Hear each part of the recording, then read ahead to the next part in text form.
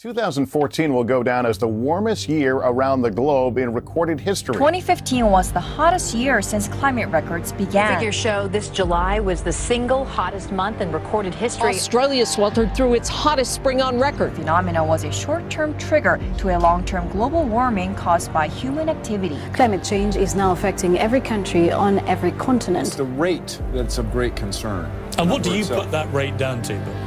Oh, it's human activity. I think it's ridiculous. We have bigger problems right now, and it'll get cooler, it'll get warmer. It's called weather. I do not believe that human activity is causing these dramatic changes to our climate the way these scientists are portraying. 1.2 million people died because of the pollution put up into the air. This is a result of climate change. It's only going to get worse. This is a big problem, and it's not going to go away. The debate is over. Climate change is real. It is already causing major problems. And if we do not act boldly and decisively, a bad situation will become worse. As a UN messenger of peace, I have traveled all over the world for the last 2 years documenting how this crisis is changing the natural balance of our planet. I have seen cities like Beijing choked by industrial pollution, ancient boreal forests in Canada that have been clear-cut, and rainforests in Indonesia that have been incinerated. In India, I met farmers whose crops have been literally washed away by historic flooding. In America, I've witnessed unprecedented droughts in California and sea level rise flooding the streets of Miami. In Greenland and in the Arctic, I was astonished to see that ancient glaciers are rapidly disappearing, well ahead of scientific predictions. All that I have seen and learned on my journey has absolutely terrified me. There is no doubt in the world scientific community that this is a direct result of human activity and the effects of climate change will become astronomically worse in the future.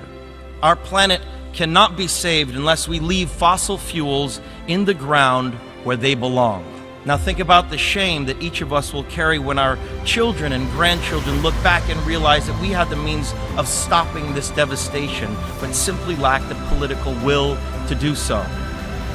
Yes, we have achieved the Paris Agreement. More countries have come together here to sign this agreement today than for any other cause in the history of humankind, and that is reason for hope.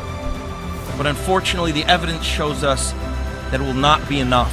A massive change is required right now, one that leads to a new collective consciousness, a new collective evolution of the human race, inspired and enabled by a sense of urgency from all of you. We can congratulate each other today, but it will mean absolutely nothing if you return to your countries and fail to push beyond the promises of this historic agreement. Now is the time for bold, unprecedented action.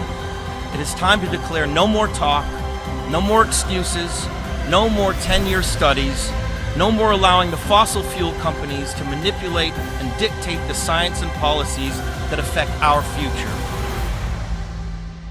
The world is now watching.